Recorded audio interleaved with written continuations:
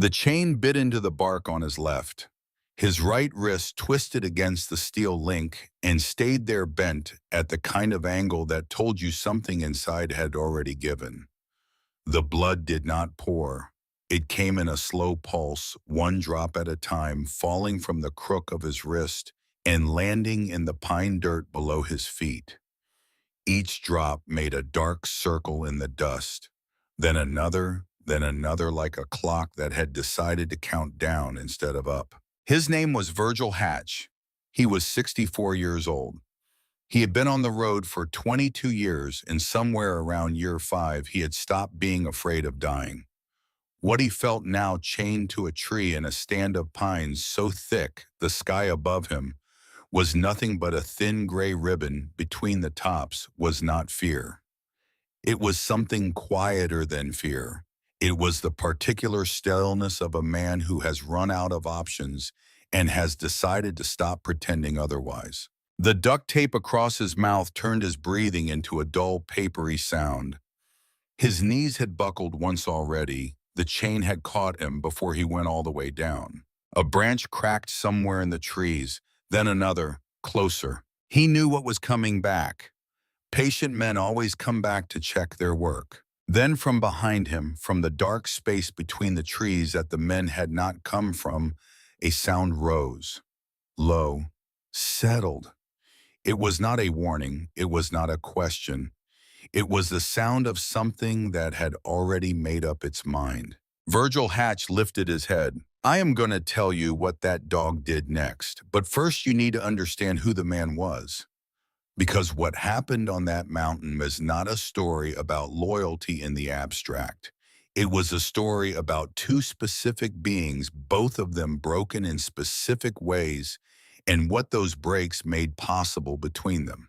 3 days before that chain went around his wrists, Virgil Hatch was in the gravel lot behind his shop on the eastern edge of a small city in the Appalachian foothills, hosing down the side of his bike. He moved the way men of his build move at 64, deliberately, without waste. His hands were the first thing you noticed about him if you were paying attention. They were covered in tattoos so old the ink had gone from black to a deep bruised blue, the kind of color that stops looking like art and starts looking like topography. They were big hands, calloused across the base of every finger. The hands of a man who had spent 4 decades knowing the inside of an engine the way other men know the inside of a familiar room. He could find a loose valve in the dark by feel alone. He had done exactly that more than once in circumstances he did not describe to people he had not known for at least a decade. His beard was silver and came down to his chest. His eyes were the color of a winter sky, pale and without much warmth on the surface. The kind of eyes that made strangers look away first without knowing exactly why. He had been the chapter's sergeant-at-arms for 11 years. Before that, he had been the kind of patch holder that other patch holders watched without seeming to watch, the kind of man whose opinion shifted the temperature of a room without him saying a word. He had done things in his 22 years on the road that he could not say out loud in a church or in a courtroom or to his daughter. He had never been convicted of anything that mattered. He had never once regretted the work itself. What he regretted was different. What he regretted was the way the work had taken up the space where other things were supposed to go. His wife Margaret had died 11 years ago. A problem with her heart that had been there for years before either of them knew it. He had been in another state when it happened, handling something for the chapter that could not wait and that he could not explain over a phone. The person who called him with the news was his daughter Kay, who was 27 at the time. Kay had not cried on the phone. She had been very calm, the way people are sometimes calm when they have spent a long time expecting something terrible and it has finally arrived. She said, "Dad, Mom is gone." He said nothing for a moment. She said, "I told her you would not make it back in time." Then she hung up. Kay was 38 now. She lived in Portland. He had not spoken to her in 3 years, not since the last call, which had been brief and had ended the same way. Most of their calls ended, which was with silence, spreading across the line until one of them ran out of patience with it. He did not blame her. He understood what he had been as a father. He understood it the way you understand a road you have already driven the wrong direction down, clearly and too late to do anything about it. He did not think about this while he washed the bike. He had learned over many years not to think about it while he was working, but it was always there, a low-frequency hum behind everything else. What he thought about on that particular morning was the photograph on the wall just inside the shop door. It was a picture of a bung, a yellow Labrador, older in the photo, with a graying muzzle and ears that had gone soft with age. The name written in pen on the back of the photograph, though you could not see it from the front, was Hank. Hank had died 10 years ago. He had not died the way old dogs die. He had been left on the threshold of this shop in the early morning before Virgil arrived. It was a message, the kind of message that certain people send when they want to make something clear without saying it out loud. The message had been received. The people who sent it had been dealt with in the way that the chapter dealt with such things. But Virgil had not owned another dog for 7 years after that. Not because he did not want one, because he understood what it meant to have something that mattered in the kind of life he lived. The photograph stayed on the wall because taking it down felt like something he was not willing to do, but he never talked about it. The men who had been in the chapter long enough knew not to ask, which was why when he finally brought another dog home, he put a blanket over the animal's head in the sidecar before he pulled into his street. Not because he was ashamed of what he was bringing home, because he did not want anyone to see it. He did not want anyone to be able to point to it later and say that is the thing that matters to him. The dog's name was Atlas. Atlas was lying in a patch of sun at the edge of the gravel lot when Virgil finished with the hose that morning. 7 years old, Belgian Malinois. Black mask over a tan and dark face with the kind of compact musculature that looked like it was resting until the moment it wasn't. The lean density of an animal that had been built for one purpose and had spent its life fulfilling it. There were 2 scars on his left shoulder from a knife, a notch in his right ear where a bullet had passed through, missing by the width of a finger, and inside the flap of that same ear, faded with age and partially obscured by the notch, was a tattoo, a service number, the kind that working police dogs receive so they can be identified if they come back without their handlers. Atlas had spent the first 4 years of his life as a police K-9 in a state that Virgil had never said out loud and did not plan to. His handler had been an officer named Dale Prentice, and Dale Prentice had been shot and killed in the stairwell of a housing complex during a raid that went wrong in the first 30 seconds. Atlas had been in that stairwell. He had stayed beside Prentice until the backup team arrived. He could not be moved. When they finally got him out, he would not work with anyone else. Not the officer who tried to take over his training, not the handler brought in from a neighboring county, not anyone. 6 months in the kennel, refusing food some days, just waiting for something that was not coming back. The department made a decision. Atlas was going to be put down. This is the only time I will explain this part because it only needs explaining once. Belgian Malinois trained for police work do not just learn commands. They learn architecture. They learn the route from the squad car to the door and back again. They learn the scent of every person on their team, learn to distinguish threat from familiarity in a fraction of a second, and they form attachments that do not transfer. When a Malinois bonds with a handler and that handler is gone, the dog does not simply reassign that bond. It waits. And when the wait becomes indefinite, the dog becomes something that a working kennel cannot sustain. Virgil heard about Atlas from his cousin's wife, who worked dispatch in the county where the dog was being held. He drove 11 hours in a single stretch. He paid the kennel fee in cash. He put the dog in the sidecar, draped his old leather jacket over the animal's back, and drove home without stopping. For the first 3 months, Atlas slept under the workbench in the shop and growled at every person who walked past the door. Virgil did not try to pet him, did not try to coax him out. He left food near the bench and water beside it, and every evening he laid his leather jacket on the floor nearby, the inside of it carrying the accumulated smell of him, his skin and his oil and his particular mix of cigarette smoke and engine grease.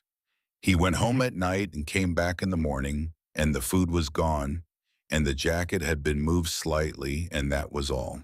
On the 90th night, Atlas came out from under the bench, walked to the foot of the bed, in the back room where Virgil sometimes slept when a job ran late, and lay down. He did not move until morning. That was it.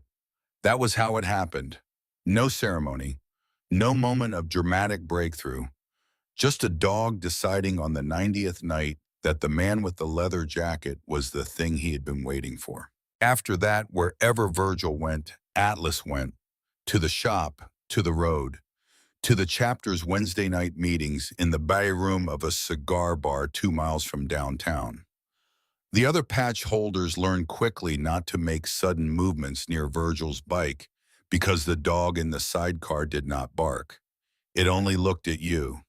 And there was a quality to that look when the dog decided to use it a certain way that made grown men with histories of violence step back without quite understanding why their feet had done that. Virgil kept Atlas's old K9 vest folded in the left saddlebag. He never put it on the dog for show. He just kept it there clean and pressed the way you keep something that belongs to a person who is not coming back. He never explained why. The men who had been around long enough did not ask.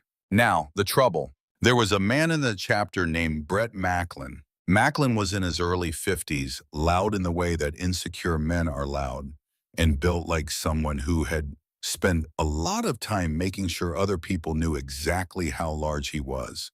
He had been a patch holder for 7 years.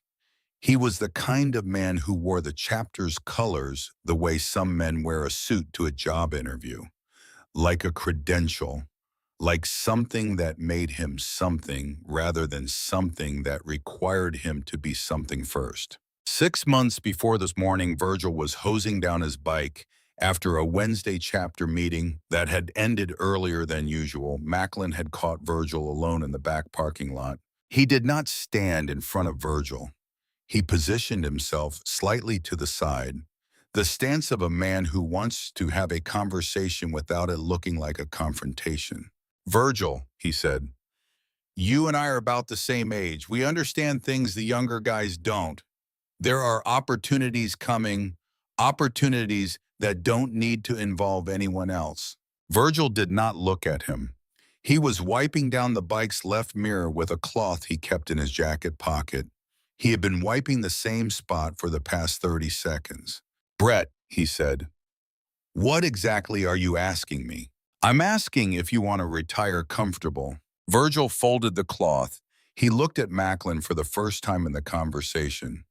It was a brief look, flat and direct and carrying no particular warmth. In the sidecar, Atlas had turned his head toward Macklin. Macklin took 2 steps backward before he understood that his feet had done it without being told. Virgil started the bike and left. He did not report that conversation to Owen Gear immediately. He filed it. He watched. Because Virgil had been sergeant at arms long enough to know that what a man says in a parking lot is usually the edge of something larger, and the edge is not the place to make your move. What he found over the following weeks was larger. Macklin had opened a supply line through 2 state lines. Pills moving in quantities that required organization and multiple transit points in the kind of discretion that patches who owed him favors could provide. The money was not going on any books that the chapter kept.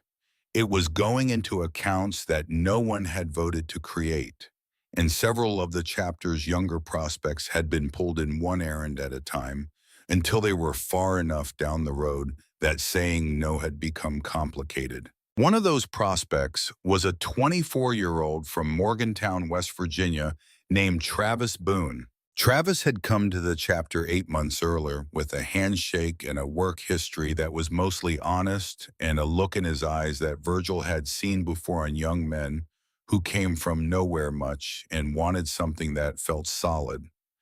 His father had worked the mines. His mother had died when he was 12. He was not looking for power. He was looking for the thing that power sometimes approximates, which is belonging. Macklin had seen that in Travis within the first 10 minutes, the way a certain kind of man always spots the particular shape of what a younger man is hungry for. Travis had been used 3 times, moving packages from a point to a point without being told what the packages contained, though any man with common sense and a county sheriff's presence of mind could have worked it out. On the third run, sitting in his truck in the parking lot of a gas station with a fold of cash on his knee, Travis had understood exactly what he had become. He had gone to Macklin the following day. "I want out," Travis told him. Macklin listened. He was patient. He let Travis finish. Then he said, "You've done it 3 times, son. I've got photographs. I've got your name on 2 shipping invoices. If I go down, you go down. That's how brothers work." Travis drove away with his hands tight on the wheel and said nothing to anyone. But he started watching, paying attention to the shape of what Macklin was building, to the names attached to it, to the direction it was heading. He was not brave enough to go to the chapter with what he knew not yet, maybe not ever. But he held it. He carried it the way you carry something you don't know what to do with, carefully, so it doesn't break before you figure it out. 2 weeks before the phone call that would change everything, Travis Boone drove across town to the east side, parked his truck on the street in front of Virgil's shop, walked to the front door and stood there. He stood there for 15 minutes. The shop door had a window in its upper half, and the glass was old and slightly warped, but you could see through it clearly enough if you knew where to look. Virgil saw him from inside. He had been at the workbench rebuilding a carburetor for a customer, and he had looked up, and there was Travis Boone standing on the stoop with his hands in his pockets and his jaw set in the particular way of a man trying to work up to something. Virgil set down the tool he was holding. He watched. Atlas was under the bench. He lifted his head and looked at the door, then looked at Virgil. Virgil waited. Travis stood there for 15 minutes. Then he turned around and walked back to his truck and drove away. Virgil stood at the window for a moment after the truck was gone. Then he sat back down at the bench. He said quietly to the dog under it, "That kid wanted to say something." He did not call Travis. He did not follow up. He was the sergeant at arms. The protocol, the one he had operated by for 11 years, was to observe first and act on information, not on the vague unease of a man standing outside a door and then leaving. He had learned long ago that acting on impression rather than fact was the shortest road to a mistake you couldn't walk back. But he thought about Travis Boone that evening, and the evening after. He thought about the particular quality of someone standing at a threshold and choosing not to cross it. He understood that feeling.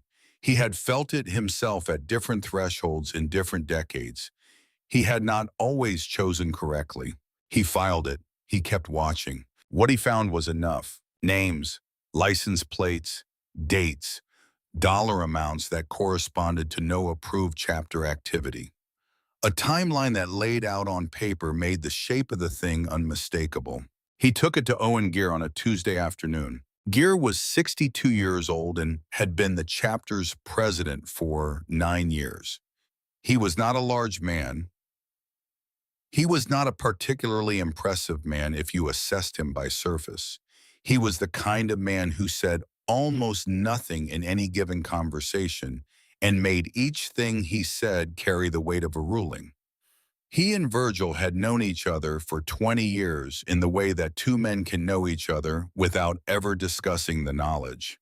It was a matter of accumulated trust built in increments over years of standing in the same rooms and making the same calls. Gere listened to all of it. He asked one question when Virgil finished. "You sure?" Virgil said yes. Gere nodded once. 2 days later, Macklin and four of his people were called in. The chapter's colors were taken. They were given 24 hours to clear out of any property connected to the chapter and to remove themselves from any table flying the chapter's flag. No explanation was offered beyond the fact of the decision. No appeal was entertained. Macklin did not argue. He did not plead. He stood through the entire proceeding without looking at Gere once. He kept his eyes on Virgil. Not with fury, not with the hot rage of a man who has just lost something, with the particular steadiness of a man who is memorizing the specific shape of what he plans to address later. They were given until the following evening to clear out. They did not disappear. They went south to a county where nobody patrolled the back roads with any regularity, and they started planning. Virgil knew this. Owen Gere knew it.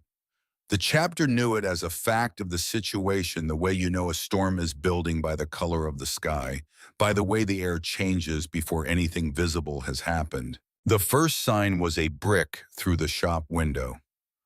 Early morning. No witnesses. Virgil had walked in to find the glass on the floor and the brick in the middle of it with a piece of electrical tape wrapped around the middle. No note, no need for one. The second was a phone call at 3 in the morning. He picked up and there was breathing, and then a voice he did not recognize said one sentence. "We know where the dog sleeps." Then the line went dead. Virgil sat in the dark for a moment with the phone in his hand. Then he got up and moved Atlas's bed from the front of the shop to the back room, where the walls were cinder block, and the single window was too high and too narrow for anything useful. He started keeping a sawed-off under the lip of the workbench behind the front leg, where it was invisible unless you knew exactly where to reach. He told Gere plainly at the next Wednesday meeting that if something happened to him, the chapter needed to take responsibility for the dog. Gere looked at him for a moment. He said, "I'll take care of both of you while you're still here." 3 days later, the shop phone rang. It was a voice Virgil recognized. Gordon Pruitt had been a patch holder for 15 years before he retired and moved into a cabin up in the mountains to keep bees and get sober in that order. He was Virgil's age. They had ridden together on enough stretches of highway that Virgil had lost count of the miles. Pruitt's wife Helen had fed Virgil the best venison stew he had ever eaten both times he visited the cabin. He still talked about that stew. It was the kind of detail that stays with you. The voice on the phone said Helen was dying, said it was cancer, said Pruitt needed Virgil to come up for just an hour, that there was something he needed to give him before it was too late, something he could not talk about over the phone. Virgil held the receiver and listened. And while he listened, he knew. He knew the cadence was off. Gordon Pruitt was a man who talked with energy, who moved through sentences the way he moved through a room with a forward momentum that you could hear even on a telephone. The voice on the other end paused too long between sentences. It placed its words too carefully. It was doing an impression of Gordon Pruitt rather than being him. Virgil knew. He also knew this: if he was wrong, if Helen was actually dying and Gordon was actually asking for him, and he did not go, he would carry that for the rest of his life. He had not been there when Margaret died. He had made a choice that day for the chapter instead of for the person who needed him. He had been making that math for 22 years, and he understood the cost of it with a clarity that had only increased as he got older. He could not make that choice again, not for a man who had ridden 15 years beside him. Not on a phone call that might be a trick or might be a real emergency, and he had no way to know which. He stood in the shop with the receiver in his hand for what might have been 3 minutes. Atlas was under the bench. He had raised his head and was watching Virgil with the unblinking attention that the dog reserved for moments when the man he belonged to was working something through. Virgil thought about a specific afternoon at Pruitt's cabin 2 summers ago. Pruitt sitting on the front steps with a mug of tea, no longer drinking anything stronger, and saying, "Virgil, you know what I learned after 15 years? I learned to tell the difference between when to stay and when to go. The hard part is that the difference isn't always obvious until you've already done it wrong." He set the receiver down. He took his jacket from the hook by the door. He reached into the lower drawer of the workbench for the sawed-off. The drawer caught. The workbench had been shifted slightly closer to the wall during the cleanup after the brick, and the drawer was jamming against the baseboard. He pulled once hard. It did not give. He thought about getting a pry bar. He thought about the time it would take. He put the drawer out of his mind. He had the smaller backup piece in the left saddlebag. That would do for a drive up to a friend's cabin in the mountains. He called Atlas out from under the bench. The dog came to him and he clipped the lead, which he almost never used, then unclipped it immediately. He opened the shop's back door and Atlas went to the sidecar without being told and stepped in and sat down in his riding position, ears up, spine straight. Virgil looked at the shop for a moment. The photograph of Hank on the wall near the door. The bench. The tools hanging above it in the order he had arranged them 20 years ago and had never rearranged. The old K9 vest folded in the saddlebag on the bike's left flank. He got on the bike. He started it. He went. What he did not know as he rode out of the lot and turned north toward the mountain roads was the full geometry of what he was riding into. He knew about Macklin. He understood in the abstract that the phone call was probably not Gordon Pruitt on the other end. He had accounted for the risk. What he had not accounted for was the part that came before the trap. What he did not know was that Gordon Pruitt and Helen Pruitt were not in a cabin on a mountain waiting for him. They had been gone for 2 days already, and no one had come looking because no one outside of Brett Macklin's plans knew to look. Travis Boone knew some of it, not all of it, enough to stand at a shop door for 15 minutes and then drive away because he was 24 years old and in too deep and had no idea how to be brave about it yet. The phone in the shop rang again 20 minutes after Virgil left. Nobody answered it. Nobody was there. Atlas rode in the sidecar with his ears up and his nose reading the air long before the mountain roads began to change. The fuel line had been loosened at the carburetor, not enough to kill the engine on flat ground, just enough to starve it on a switchback at the exact elevation where a man had no good options and nobody to flag down. Virgil saw it before he was fully off the kickstand.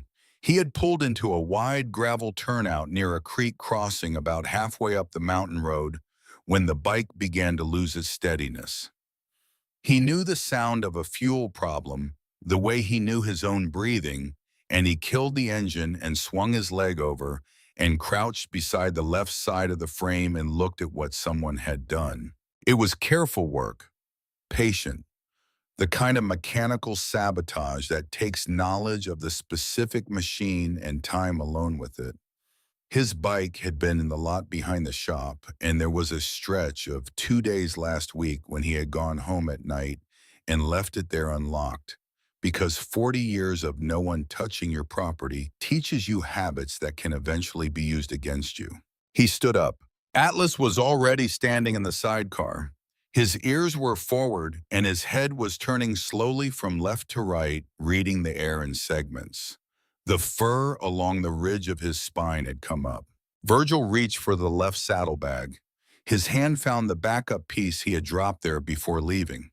He unzipped the bag and reached in and felt around the bottom and the sides. The gun had shifted during the ride, dropped through a gap between the bag's inner lining and the frame mount, and it was jammed somewhere he could not reach without tools and time. He had about 4 seconds. They came out of the tree line on both sides of the road. 4 men. Macklin in the center of the road coming from the uphill side. 2 men from the left shoulder of the turnout carrying pistols. One from the right with a length of steel pipe. The 3 men Virgil did not fully recognize had the look of hired workmen who showed up for a rate and a purpose and did not need to understand the history behind either. Macklin was smiling. It was not the smile of a man who was happy. It was the smile of a man who had been rehearsing this moment for weeks and was finally getting to perform it. Virgil stepped out of the sidecar onto the gravel. He stood straight. He put his hands at his sides. "Take a minute," he said. "Think about what you're doing." Macklin kept walking until he was close enough that Virgil could smell him. Whiskey, sweat underneath it, and something sharper below that, the particular chemical smell of a man running on adrenaline and certainty. "Virgil," Macklin said, "we've been thinking about it for 3 weeks. We are done thinking." The pipe came down across the backs of Virgil's knees before he could shift his weight. He went down hard. Both knees hit the gravel at the same moment, and then his palms came down trying to catch himself, and the gravel opened the skin across both hands. He had time for one breath before the sound arrived, the sound of Atlas already in the air. The dog had not barked. He had not growled. He had simply left the sidecar at the exact moment Virgil's knees hit the ground, which was before Virgil had consciously registered that he was falling, and he came off the left side of the sidecar at full extension and hit the nearest gunman by the wrist. The pistol went one direction. A portion of the wrist went another direction. The man made a sound that Virgil, even face down in the gravel, with blood on his palms, registered as wrong as something a grown man's voice should not be capable of producing. Macklin was shouting, "Hit the dog! Get the dog!" The second pistol swung around toward Atlas. Virgil threw himself sideways and got his body over the dog's back. The shot went into the dirt somewhere between them. Then there was a boot against the side of Virgil's head, and the world lost its edges. For a moment went soft and ringing, and when it came back, he was face down with a knee in his spine and his wrists being pulled behind him. He could hear Atlas. The dog was still fighting, still snarling, the sound of it moving further away from him as someone dragged the animal back with a rope. Then a sharp yelp, short and clean, then nothing from that direction. A hand came into his hair and pulled his head up off the gravel. A voice near his ear said, "Don't worry about the dog. The dog is finished." Virgil did not answer. He was listening past that voice for any sound from Atlas, any continuation of the snarling or the movement, and there was none. Now, the man who did not shoot the dog. Of the 4 men Macklin had brought up that road, the one positioned farthest back on the right shoulder of the turn out was a man named Chet Dunbar. He was 40 years old with the kind of face that had been good-looking once and had since been worn into something harder by years of bad decisions compounding on one another. He was there because of a gambling debt that had been purchased by someone connected to Macklin. And that is the last I will say about how he got there, because the how is less important than the what. Dunbar had the second pistol. He was the one who had swung it toward Atlas when the dog came off the sidecar. He was the one whose finger was on the trigger when Virgil threw himself over the dog's back. Virgil's body had blocked the shot, but that was not the moment that mattered. The moment that mattered came a few seconds later, when Virgil was already pinned and Atlas was being pulled back on the rope, straining against it with his full weight, and the rope was around the dog's neck, and the dog was starting to lose the fight to breathe. Macklin was not paying attention to Dunbar. He was watching Virgil being secured, And in that gap, Dunbar raised the pistol aimed at the ground approximately 12 inches to the left of Atlas's back paws and fired once. The shot was close enough that Atlas felt the concussion in his legs.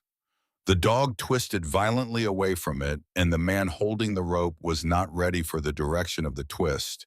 And his grip slipped, and Atlas got 1 second of slack and used it. What happened in that second is not entirely clear even from the accounts given later. What is clear is that Atlas came out of the rope with a piece of it still around his neck, and with injuries that would have stopped most living things from moving at all. And what is also clear is that Chet Dunbar turned back to face Macklin's direction and said flatly, "It ran, it's gone." Macklin looked at him for a moment. Dunbar held the look. "Then it'll die in the woods," Macklin said. He went back to Virgil. Whether Dunbar had meant to miss or had simply been unable to do what he had been paid to do and had found the closest available alternative, he could not have told you with certainty. He was not sure himself. Some decisions get made below the level of conscious reasoning in the part of a man where whatever is left of him operates independently of the rest. It did not make him a good man. It made him a man who did one thing right inside a collection of things that were wrong and who would have to live with the arithmetic of that for the rest of his life. They put a hood over Virgil's head. They walked him to a truck. He heard 3 doors close, and then he was in the truck bed, and the hood was tied at the collar of his jacket so that no matter how he moved, his field of vision was the inside of canvas. He tried to track the route by feel. Pavement first, then the continuing climb of the mountain road, then a left turn onto something graveled, then a long stretch of gravel that gradually became rutted and uneven, then nothing recognizable as a road at all. The truck rocked across ground that had not been driven regularly enough to develop any kind of track. He counted approximately 45 minutes from the turnout to when the truck stopped. They lifted him out by the arms. His knees still did not work right from the pipe. He stumbled twice before they got him upright and moving. They took the hood off. The pines were so dense that the sky was visible only as a narrow gray strip between the canopy. The light that reached the ground was dim and sourceless, the kind of light that does not cast shadows. There was a tree nearby that was wider than 2 men standing side by side, the bark furrowed and gray with a logging chain already mounted to it at chest height by means of a steel bracket bolted into the wood. There were 4 padlocks in Macklin's right hand. They turned Virgil to face the tree and walked him back against it and began working the chain. 3 loops around his chest and upper arms. The chain fed down from there around his wrist, crossing and recrossing. The 4 padlocks went on at different points in the configuration, each one clicking shut with the particular sound of something being made permanent. Then the duct tape across his mouth pressed down firmly at the corners. Macklin stepped around to face him. He did not raise his voice. He spoke in the tone of a man delivering a prepared statement to an audience of one. "Virgil, I want you to listen carefully. Nobody is coming. You told Owen Gear you were going up to see Gordon Pruitt. Gordon Pruitt is in the trunk of his own car at the bottom of the lake behind his cabin. His wife is with him. The phone that made the call to your shop is in pieces in a drainage culvert 10 miles from here. Your bike is going to have been found on the road with the keys still in it. By the time anyone traces you up here, the coyotes will have finished what we started." He stood up.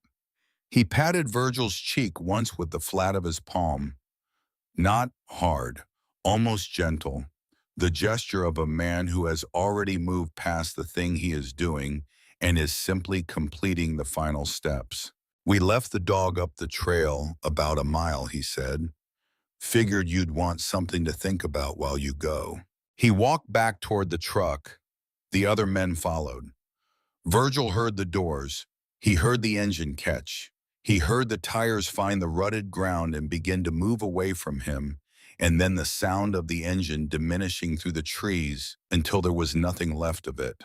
And then there was only the forest. The pines made almost no sound. There was a faint movement of air somewhere in the upper canopy, but it did not reach the ground. The light was already changing. The narrow strip of sky visible between the treetops was darkening toward the gray-blue that comes before actual dark. Virgil worked the chain for a while. He worked it methodically, trying each configuration in sequence, pushing and rotating against each lock point, testing the bracket in the tree. He was not frantic about it. He was thorough. The chain was a heavy-gauge logging chain, and it had been mounted by someone who knew what they were doing. The bracket was lagged directly into the heartwood. The padlocks were quality. The tree was not going anywhere in any timeline that was relevant to him. He stopped trying. The blood from his wrist was finding the grooves in the chain links and running down through them.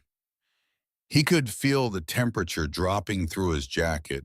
The ground was still, and the silence was the particular silence of forest that is far enough from any road that even the ambient hum of civilization does not reach it. He thought about Gordon Pruitt, about Helen Pruitt, about a woman who had fed him venison stew without asking a single question about who he was or what he did or why her husband had spent 15 years doing it alongside him.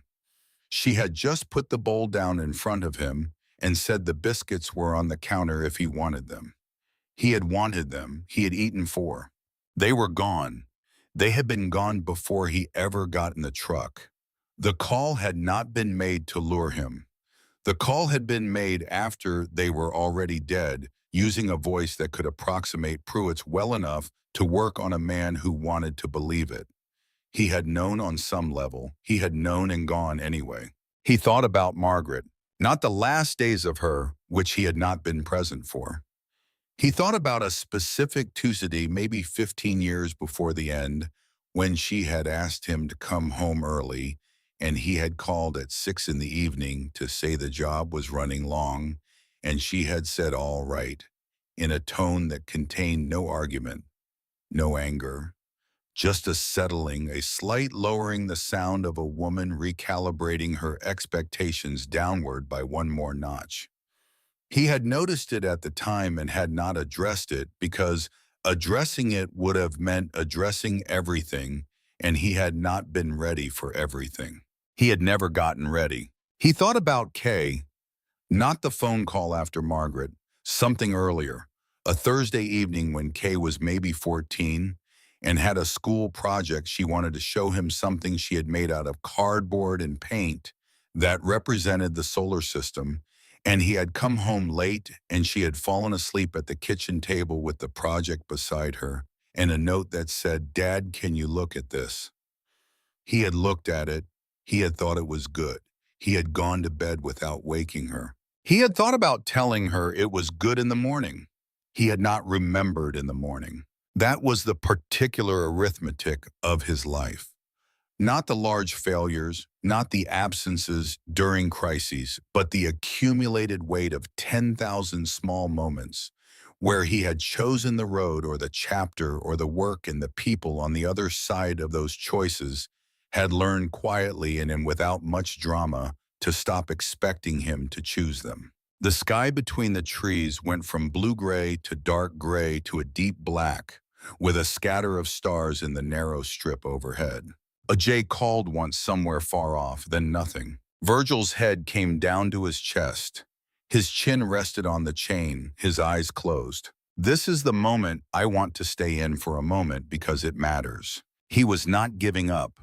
That is not the right way to understand what happened when his eyes closed. Virgil Hatch had stopped being afraid of dying around year 5 on the road. What he was feeling now was not the anticipation of death. It was the particular exhaustion of a man who has spent a long time managing everything at a distance and has arrived at the place where there is nothing left to manage, where the instruments stop reading because there is nothing left to read. He thought about Travis Boone standing at the shop door for 15 minutes. He had not gone out. He had applied the protocol. Observe first. Act on information, not impression. It was the correct procedure for the job he had held for 11 years. But somewhere in the stillness of a pine forest with chain around his wrists and blood drying in the grooves of the links, the protocol looked different than it had in the shop. The procedure was correct. He had been correct. And a 24-year-old kid had stood on a step for 15 minutes trying to work up to something, and Virgil had watched through a warped glass window and waited for him to decide on his own. And the kid had not decided, and now Gordon Pruitt and Helen Pruitt were at the bottom of a lake. He was not wrong, he was something more complicated than wrong. He was a man who had spent so long being the kind of person who does not act on feeling that he had forgotten, in a specific inconsequential moment, that some things only happen if you go to the door. He had not gone to the door. His eyes closed. A branch cracked, somewhere to the left, back in the trees. He opened his eyes part way. He thought it was a night animal, something moving through underbrush. He let his eyes close again. Another crack, closer, and from a different direction than the first one. He opened his eyes fully now because the direction was wrong. The first sound had come from the left, which was the direction of the trail that led back toward where the truck had gone. The second sound came from behind the tree, from the dark space on the other side of the trunk. He understood what the first sound meant. Patient men come back to check their work. Macklin had not struck him as the kind of man who would lose sleep over uncertainty.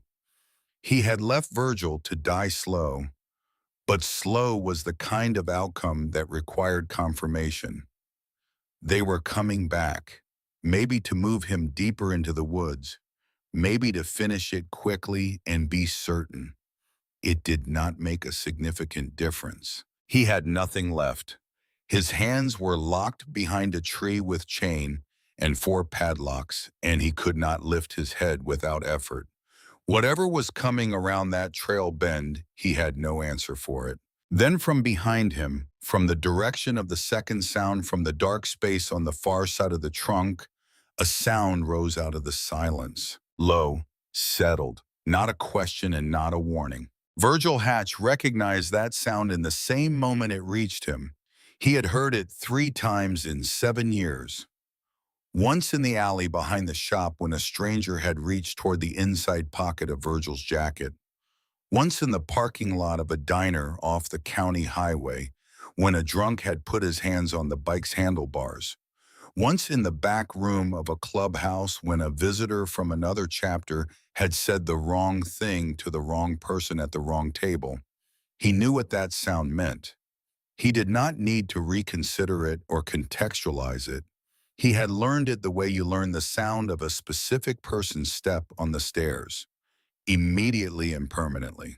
He raised his head. Atlas came around the right side of the tree trunk. The dog's left side was the first thing Virgil saw, and it stopped him the way very few things in his life had ever stopped him. The ribs on that side were visible through a wound that was not a clean wound. It was a tearing, the kind of injury that comes from something serrated or from being dragged through something unyielding at speed. The fur around it was matted flat with dried blood that had gone almost black. There was a separate wound on the neck, high up a puncture that had bled heavily and had dried in a wide stain that covered the entire left side of the neck and one shoulder. The dog was walking on 3 legs, carrying the right foreleg slightly, and the walk was not quite a walk. It was the kind of movement that costs something with every sip and continues anyway. One eye was swollen, completely shut. The collar was gone. It had been ripped off, not unbuckled. But Atlas was alive. He had come. The dog moved the last few feet to where Virgil's hands were chained behind the tree and put his nose against the knuckles of Virgil's right hand. He held it there, not pressing, just present. Warm breath against cold skin. The sound that came out of Virgil Hatch through the duct tape on his mouth was not a word. It was not close to a word. It was something that had been in him for a long time behind everything else, and it came out now because there was nothing left in the way. Atlas raised his head sharply. The growl came up from somewhere deep in the chest. It was not the same sound as a moment ago. It was heavier with a different quality to it, the sound a dog makes when the decision is already made and the body is simply notifying the environment. He moved out from behind the tree and placed himself between Virgil and the direction of the trail. Low to the ground, weight forward. The injured foreleg was carrying partial weight now placed deliberately. He was not standing the way a wounded animal stands. He was standing the way he had been built to stand when there was work ahead. Footsteps on the trail, 2 sets, unhurried. Macklin's voice keeping low. I told you I heard something. A second voice. Probably just the dog making noise dying. Let's confirm and go. They came around the bend in the trail and into the clearing. What they saw was Virgil against the tree, head down, eyes closed, the chain dark against his jacket. What they did not see was 90 pounds of Belgian Malinois pressed flat against the ground on their right, in the shadow below the first heavy branch of the pine already moving. Atlas hit the second man at the throat. The man's legs went out from under him, and he went backward into the pine needle ground with the full weight of the dog driving him, and the pistol he had been carrying discharged once upward into the canopy, and then lay somewhere in the dark. Macklin spun towards the sound. He had time to get his right hand on the pistol at his hip and get it halfway out before Atlas came off the second man and hit him from the left side from an angle that Macklin's body was not facing, and the dog took his right wrist. Not the throat, the wrist, the weapon hand. Macklin screamed. The pistol came out of his grip and hit the ground. He went to one knee. He brought his left fist around and hit Atlas on the side of the head. The dog's body shook with it, but the jaw did not open. He hit him again harder. The dog held. The second man was on his back in the pine needles. He was not going to be a problem in the next 60 seconds. Macklin was getting his left hand around behind his back, reaching for the waistband. Virgil watched from the tree. He saw the hand going for it. He tried to make a sound through the tape, tried to push any kind of warning through it, and what came out was nothing that reached anyone. The knife cleared its clip at the small of Macklin's back. It was a fixed blade, short and heavy, and Macklin brought it around in his left hand with the kind of speed that told you he had practiced that motion. Atlas released the wrist. He dropped his entire body low almost to the ground in the fraction of a second before the blade completed its arc. The knife passed through the space where his head had been. Atlas was already inside that space, already moving forward and upward, and he did what he had been built and trained and shaped over 4 years of police work to do when a human being with a free weapon arm presented the underside of their chin. He did it once. Macklin went sideways. He went down the way something goes down when it has no more instructions to give its own body. He hit the pine needle ground and stayed there, and the clearing went quiet all at once, the kind of quiet that follows something irreversible. Atlas stood over the place where Macklin had been for one breath, two. The dog was shaking. It was visible, even in the low light, a fine trembling that ran through the entire frame, the cost of what the body had just spent being presented in full. Blood was running down both of his shoulders now, the neck wound reopened by the effort. He took 2 steps that were not quite straight. Then he came to Virgil and placed his head against Virgil's leg below the knee and left it there. Virgil felt the dog's breath against his shin, fast, shallow. The breath of a body that had used most of what it had. The crying that came out of Virgil Hatch was the silent kind, the kind that men of his generation and his background allow themselves approximately twice in an entire life, if at all, and only when there is no audience, and only when something has happened that is too large to hold without letting some of it out. His hands were still locked behind the tree. He could not move them. He could feel the weight of the dog's head against his leg, and the warmth of it, and the shallow irregularity of each breath. He understood what had happened with a completeness that did not require any processing. The dog had been shot and beaten and left in a forest a mile up a trail. The dog had walked back through a mile of mountain woods with a gunshot wound and broken ribs and one eye swollen shut. The dog had come back, and it had waited until the men returned, and then it had handled the men, and now it had put its head against Virgil's leg. This is the part of the story that still gets told, not in any official record. In the back rooms of certain establishments around certain fires, among men who understand what it means, when something goes all the way past the reasonable limit of what a living creature can be expected to do. And then Atlas lifted his head. He turned it away from Virgil toward the trail. He held that position for a moment, then he began to walk. He walked past the body of the second man who was still breathing, but not moving purposefully. He walked past the dropped pistols, stepping around the nearest one without looking at it. He walked past the knife where it lay in the pine needles.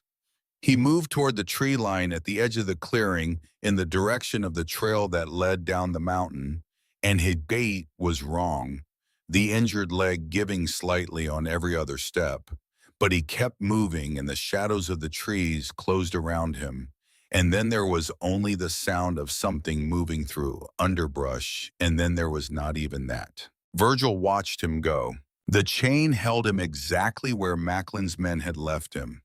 He could not take one step in any direction. He could not call through the tape. He could only watch the space between the trees where Atlas had entered and where there was now nothing, only dark. He thought the dog is going off to die alone. That is what they do. They go away from you because they do not want you to watch. He was wrong. What Virgil Hatch did not know, chained to that tree in 11 miles of nothing, was that the dog was not going to die. The dog had a route in its head. The dog had been building that route for 7 years, one road at a time, one familiar smell at a time, and the route did not end at the top of a mountain. The route ended at a building in a city 11 miles down from where they were standing. And that night, a Wednesday night, there were men in that building who did not know yet that Virgil had not come home. The dark settled fully over the clearing. The stars in the narrow strip of sky above the pines were cold and numerous. The blood on Virgil's wrists had stopped pulsing and gone tacky in the chain grooves. He was cold now, genuinely cold, the mountain air having found the gaps in his jacket and the sweat from the struggle having done its work against his core temperature. His chin came down to his chest. He was not unconscious. He was something adjacent to it. A state where the body conserves everything it has left by reducing the surface area of awareness to the minimum necessary to remain alive. 11 miles down the mountain at the end of a road, only the dog could navigate. A screen door on the back of a cigar bar had not yet been broken through. That was about to change. He went down the mountain on a straight line, not on the logging road, not along the trail that the truck had used. Atlas cut through the terrain the way water cuts through it, finding the path of least resistance between obstacles, while never deviating from the direction that mattered. The direction his nose told him was correct. The air was moving down the mountain in the hours after dark, carrying everything below with it. And the dog read that air the way it had been reading air for 7 years. The first creek was wide and running fast with recent rain. The water was cold enough that a man would have thought twice about crossing it. Atlas did not think twice. He went in at the bank, and the cold hit the open wound on his left side, and his body registered it as information rather than instruction. He swam with 3 legs doing the work and the 4th trailing, and the current took him downstream by maybe 30 feet before he found footing on the far bank. He came out of the water and shook once, which opened the neck wound further, and then he continued moving. The second obstacle was a working farm 2 miles below the creek line, a property that backed against the national forest with a wire fence separating the tree line from the pasture. Atlas went through the fence at the lowest point he could find, which was not low enough for a healthy dog, and was considerably less sufficient for a dog carrying the injuries he was carrying. He went through it anyway, leaving a small amount of fur and something darker on the wire's lowest strand. The farm had dogs, two of them sheepdogs of some mixed border collie variety, who picked up Atlas's scent before he was 20 yards into the pasture and came off the far side of the barn at a run, barking with the high sustained urgency of animals who have encountered something they cannot categorize. Atlas did not stop, did not alter his direction. He moved through the pasture with his head low and his pace unchanged, and the farm dogs circled him once, twice, keeping distance, confused by the combination of what they were smelling and what they were seeing, which was an animal that was clearly gravely injured and was nonetheless not behaving like an animal that knew it. The porch light of the farmhouse came on. A man came out onto the steps. He was older in work clothes, and he had a long gun in his right hand, held loosely pointed at the ground. He watched Atlas cross the pasture toward the far fence line. He watched the dog go through the fence at the bottom rail, not stopping, not looking back, and disappear into the tree line on the other side of the property. He stood on the porch for a moment after the dog was gone. Then he went back inside. He did not call anyone. He did not file a report. There are things that happen at the edge of a man's property in the dark that he understands are not his business, and a working farmer in this part of the country knows the shape of that category. The county two-lane highway was the third obstacle, and it was the one that almost ended everything. Atlas came out of the tree line onto the road's shoulder at the point where the shoulder was barely a foot wide before the asphalt began. He had approximately 60 feet of open road to cross. He went across it at his best available speed, which was not the speed he had been capable of 3 hours earlier, but was faster than it had any right to be. The propane truck was running without warning lights because the driver was running late, and the road was straight, and he had not seen another vehicle in 20 minutes. He saw Atlas at the last possible moment and got on his brakes, and the tires laid rubber across both lanes, and the truck stopped with its front bumper approximately 10 feet from where Atlas had already cleared the far shoulder and was back in the brush. The driver sat with his hands on the wheel for a full minute. He was a man in his 50s, heavy-set, who had driven propane trucks in this county for 19 years, and he had seen things on these roads. He told his wife about this particular thing when he got home that night, and he told a deputy who was not technically supposed to be asking him about it several weeks later, and both times he said the same thing: the dog had not turned its head. When the truck's lights hit it and the brakes went down and the sound filled the air, the dog had not flinched and had not looked at the truck. It had kept moving in the direction it was moving because it had somewhere to be, and the truck was not part of that calculation. 11 miles of mountain in a straight line. The shop on the east side of the city was dark and locked when Atlas arrived. Virgil had left it locked behind him that morning, and no one had opened it since. The dog went around the back of the building through the alley between the shop and the adjacent property, and across two residential yards without pausing at either fence, and came up against the rear fence of the property that backed against the block where the cigar bar sat. He went over that fence. He crossed the bar's back lot where 3 trucks were parked, and a single bulb burned over the rear entrance. The back door of the bar had a wooden frame and a screen insert that the chapter kept latched with a simple hook and eye latch. It was the kind of latch that was sufficient to keep the screen closed against an accidental bump, but was not designed to hold against anything with intent. Atlas hit the screen at full speed and came through it. He landed on the worn wooden floor of the bar's back hallway, and his back legs gave out from under him before he had taken a step. His front legs held for a moment, then they went too, and he went down on his belly on the floor and stayed there. He had made it.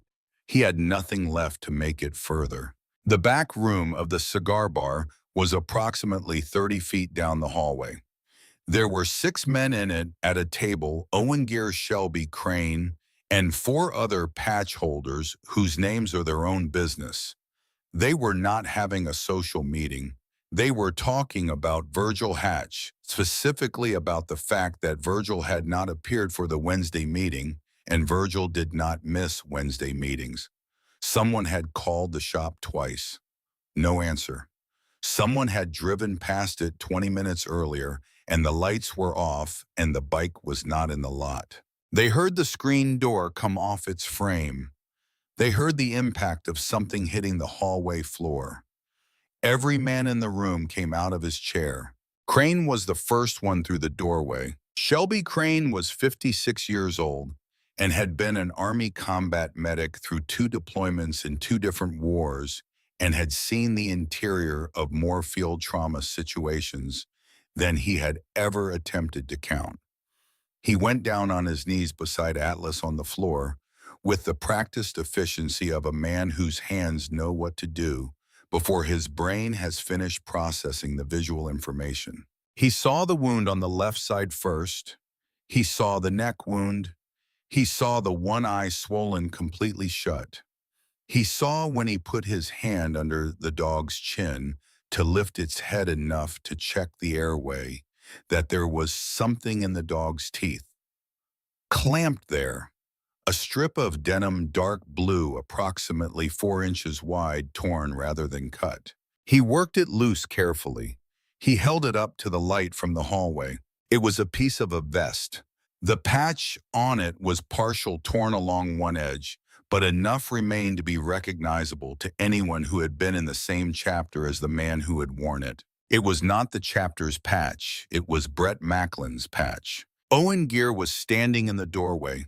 He looked at the patch in Crane's hand. He looked at the dog on the floor. He was quiet for approximately 3 seconds, which was longer than Gear usually needed to process anything. Then he said, "Virgil is on a tree somewhere. Get the trucks." That was all he said. The men in the room moved. They went through the back of the bar and into the lot, and the engine started within a minute of Gear's sentence. Crane stayed on the floor with the dog. He had his kit from the saddlebag of his bike, a flat case that contained more than a standard first aid kit by considerable margin, and he opened it on the floor beside Atlas and began working. He worked for just over 2 hours. He told me later, and I am telling you now, that the dog did not make a sound throughout the procedure, did not pull away, did not close its remaining good eye even during the portions of the treatment that should have produced an involuntary response. Crane said he had worked on men in the field who had not managed that level of stillness. He said it with the tone of a man who does not offer such comparisons easily. The dog had a job remaining. The dog understood this in whatever way dogs understand such things, not as abstract purpose, but as specific fact. The man was still out there, and the dog was the only one who knew where. When Crane had the bleeding controlled and the wounds dressed as well as could be managed on a bar floor, Atlas got up on 3 legs and walked to the hallway door. He stood there. Crane looked at him for a moment. Then he picked up his kit, went through the building, and told the men in the lot to put the dog in the front cab of the lead truck. 6 trucks went up the mountain. Atlas sat in the passenger seat of the lead truck with his head against the window glass. Owen Gear drove. He did not speak. He kept his eyes on the road and both hands on the wheel, and let the dog do what the dog was going to do. At every fork and junction, he watched the dog's head. Atlas would shift his weight slightly toward one side of the seat, a small and deliberate lean that indicated direction, and Gear would turn that way. No hesitation, no second guessing. The dog had come 11 miles through mountain terrain with a gunshot wound and broken ribs to get to that bar, and the dog was now indicating left at this junction, and that was enough. It took an hour and 40 minutes. The headlights of the lead truck came around the final bend and filled the clearing with light, and Virgil Hatch was there against the tree, the chain still locked 4 ways around him, and his chin on his chest and his color wrong. But his chest was moving, barely, with the irregular rhythm of a body that is conserving everything. Gear was out of the truck before it had fully stopped. Crane came out of the second truck with a bolt cutter that was almost too large to carry in one hand and went directly to the chain. He worked the links from the bottom up, addressing each lock point in sequence. When the last section came free, Virgil's body came forward, and Gear caught him before he reached the ground. Virgil's lips were cracked white at the corners, and his tongue had swollen against the inside of his mouth, and he could not produce clear speech. But he was trying. Gear held him and leaned close and listened. The same word repeated, "Atlas, Atlas, Atlas." Gear looked up toward the truck. Atlas had come down from the cab. He was crossing the clearing on 3 legs, the injured foreleg now holding some weight, but still not full weight, and his movement was deliberate rather than fast. He came to where Gear was holding Virgil, and he put his head against Virgil's chest exactly where the chain had been. Virgil's right hand came free of the cut chain. He laid it on top of the dog's head. He did not say anything. He did not need to. Nobody in that clearing said anything for a long time. I want to be specific about who was in that clearing that night. These were men with records, men who had made choices in their lives that they could not explain to a judge or a priest or their own children. Men who had spent decades operating in the spaces between legal and otherwise, who had built their identities around a particular kind of hardness. They had come up that mountain because one of their own was missing and a dog had shown them the way, and they were standing in the headlights with the trees behind them and 2 bodies in the pine needles that no one was looking at directly. Every one of them was crying, not performing it, not the kind of thing you wipe away quickly and pretend was something else. The real kind. The kind that comes when you witness something that is larger than the framework you have built around yourself to keep certain feelings at a manageable distance. There is nothing I can add to that image. I will leave it exactly as it was. They got Virgil down the mountain in the bed of Gear's truck with 2 men beside him. The question of a hospital was raised once and settled immediately. A hospital meant a staff who were required to ask questions. Questions required answers. Answers meant a deputy at the bedside within the hour asking about the chain and the dead men in the clearing and the 11 miles of national forest they had just driven through in the dark. None of those conversations were available to them. They went instead to a house on the western edge of the county that belonged to a woman named Norma Aldridge. Norma was 58 years old and had been a trauma nurse for 30 years, the last 12 of which had been in a level 1 trauma center in a mid-sized city before she retired early. She had retired early because her son had died in circumstances that connected at several removes to the kind of world the chapter operated in, and the chapter had handled certain matters related to those circumstances in ways that Norma had found acceptable. Since then, when the chapter brought her work, she received it without questions and applied 30 years of professional skill to it and sent them away when the work was done. She worked on Virgil for 6 hours. He had 3 broken ribs, one of which had moved and needed to be managed carefully. His right cheekbone had a fracture that would heal on its own given time. His left shoulder had been dislocated, which Norma reduced with the efficiency of someone who has done it many times and knows exactly where the resistance is. He had early hypothermia from the mountain temperatures and the blood loss. His wrists would scar in a pattern that would look for the rest of his life like something industrial had gotten hold of them. He was going to live. Crane worked on Atlas in the next room.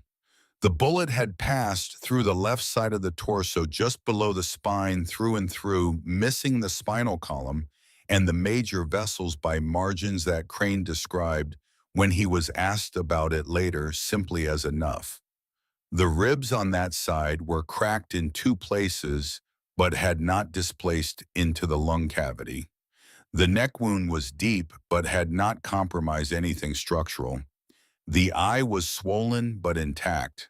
The shoulder wound was the most complex of the injuries in terms of tissue damage, but was, as Crane put it, clean. The dog slept for 2 days. On the morning of the third day, Atlas got off the blanket on the floor of the room where Crane had treated him, walked on 3 legs down the short hallway to the room where Virgil was lying in the bed that Norma had set up for him, and lay down on the floor beside the bed. He did not move from that position for 19 days. On the 4th day of Virgil's recovery, a car pulled up in front of Norma Aldridge's house that no one in the chapter recognized. Kay Hatch was 38 years old with short dark hair and the kind of face that showed the history of having had to be practical about things from a young age. She was wearing a jacket that did not belong to anyone in Virgil's world, and she drove a compact sedan with Oregon plates. She parked in front of the house and sat in the car for a moment before she got out. No one had called her from the chapter. No one in the chapter had her number. Travis Boone had her number. He had found it in the back of a small address book in the top drawer of the workbench in Virgil's shop, a drawer that was never locked, a small, spiral-bound book with a worn cover and entries in Virgil's handwriting that covered maybe 30 names. Kay's name was near the front, written in ink that was slightly different in color from the surrounding entries added at a different time, possibly a different decade. The number beside it had a Portland area code. Travis had called her at 11 o'clock on the night he heard what had happened. He did not know everything. He knew enough. He told her that her father had been hurt, that he was being taken care of, and where. He told her this was the only thing he could think of that might make any part of what he had been involved in slightly less wrong. Kay sat in front of Norma Aldridge's house for perhaps 5 minutes. Then she got out of the car and knocked. Gear opened the door. He looked at her for a moment. She said who she was. He stepped back and let her in. She came into the room where Virgil was lying propped against the headboard with his wrists wrapped and his cheeks still swollen on the right side. Atlas was on the floor beside the bed and raised his head when she came in, registered her with a long look, and put his head back down. She sat in the chair beside the bed. For a moment, neither of them spoke. Virgil said, his voice rough with disuse and the swelling that had not yet fully receded, "You didn't have to come." Kay said, "I know." That was the whole of it. No recriminations, no explanations offered or requested, no negotiation of the gap of 3 years or the longer gap. Before that, the gap of a childhood and an adolescence spent with a father who was present in the house in the way a piece of furniture is present. It was not a reconciliation. It was 2 people sitting in a room together and not leaving immediately, which was more than they had managed in some time. She stayed 2 days. When she left, she did not give a time for the next contact. Virgil did not ask for one. That night, he could not sleep. He lay in the dark with Atlas breathing beside the bed and thought about a Thursday evening when Kay was 14 and a cardboard solar system and a note that said, "Dad, can you look at this?" He thought about how he had looked at it and thought it was good and gone to bed without waking her. He thought about how he had intended to tell her in the morning and had not remembered. He did not sleep, but in the next morning he asked Norma to bring him a cup of coffee, and it was the first thing he had asked for since arriving. Norma brought it without comment. She understood that a man asking for coffee was a man coming back. Now, the rest of it. The 2 men in the clearing were never reported as missing by anyone who had standing to be listened to. Macklin had been disowned by his family years before any of this.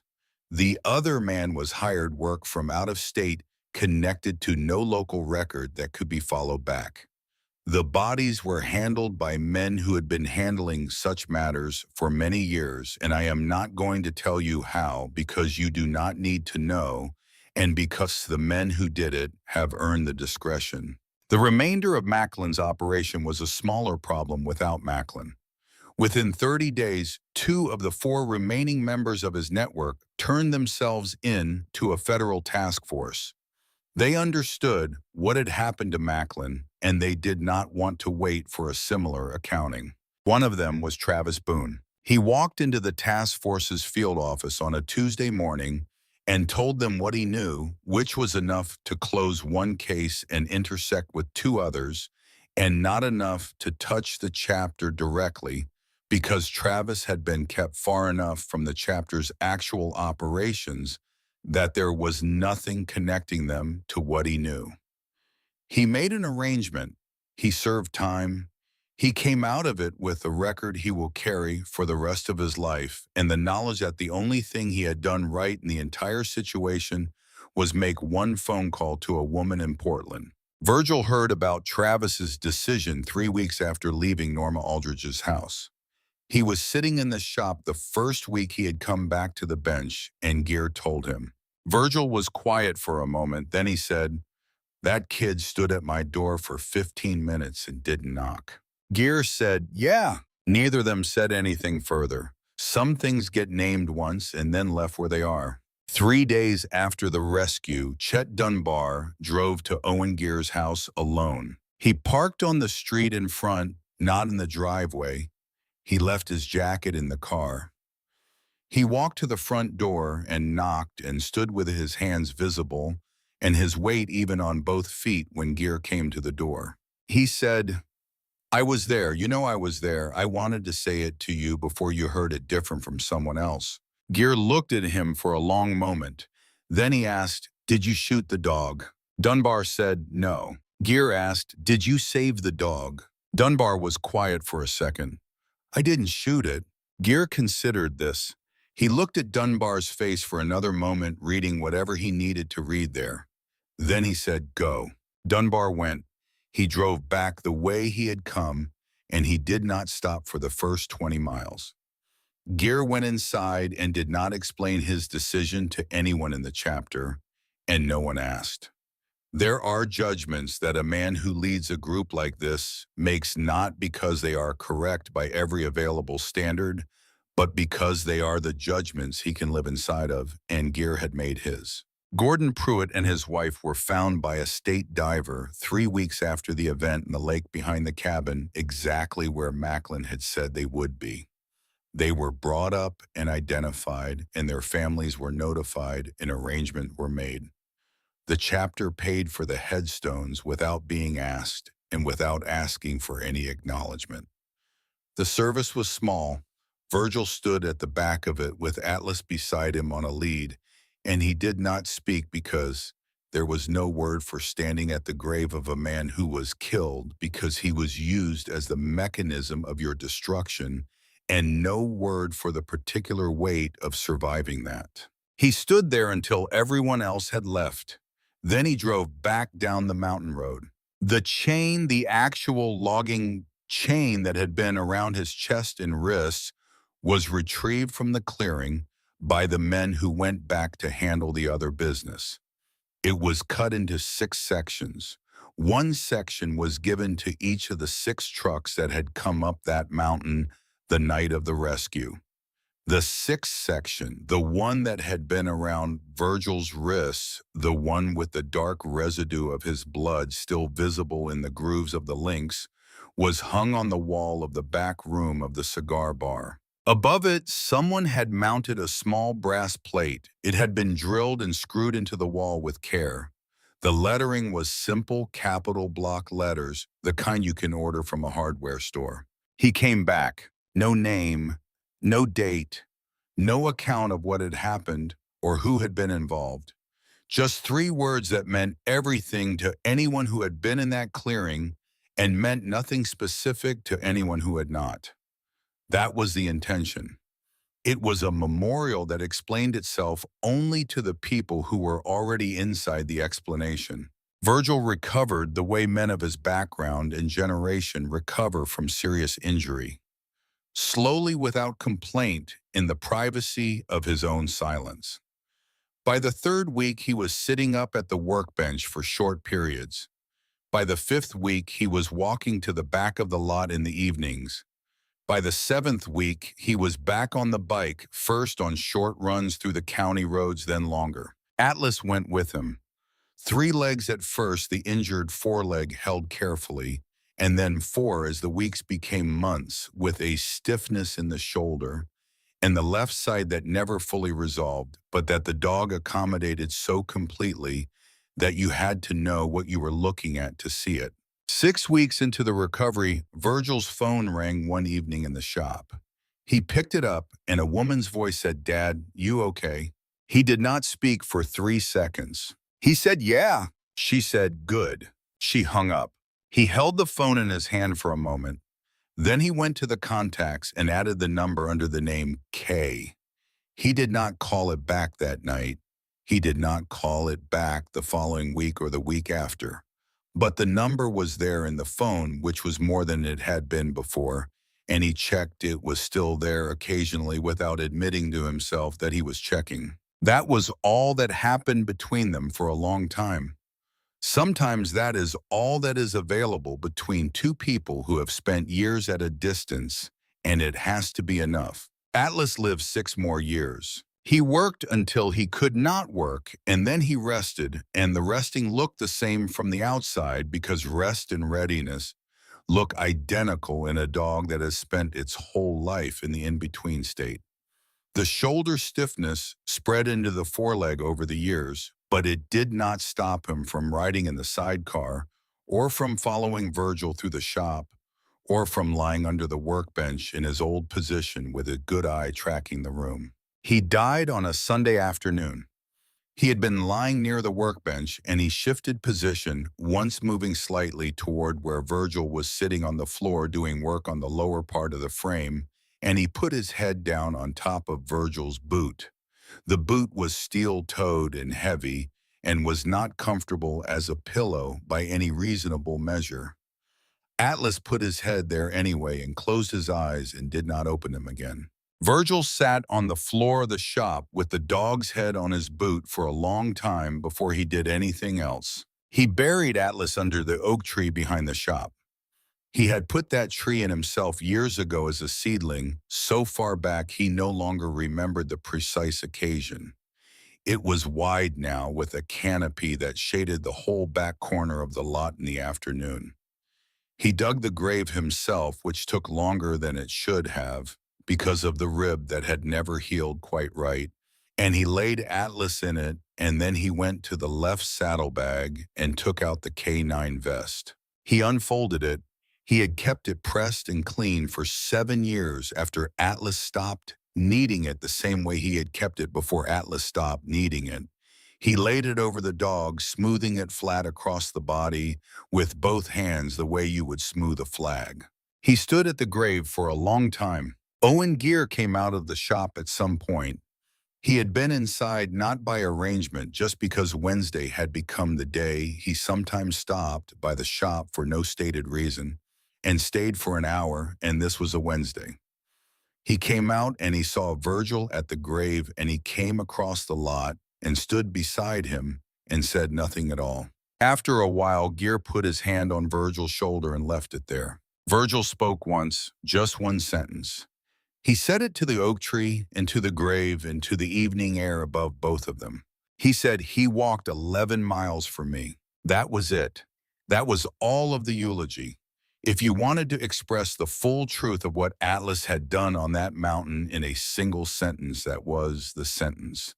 11 miles on 3 legs, with a bullet hole in his side and broken ribs and one eye that would not open. Down a mountain in the dark, through a creek and across a farm, and past a propane truck that nearly ended it, to a cigar bar on a Wednesday night, because Wednesday was when the men were there and the dog knew the schedule. 11 miles because his person was on a tree and that was reason enough. Gear stood beside Virgil until it was nearly full dark. Then he took his hand off Virgil's shoulder and went inside to get his jacket, and Virgil stayed at the grave a while longer before he followed. 3 years after Atlas died, Virgil Hatch's heart stopped in the shop on a weekday morning. He was 73.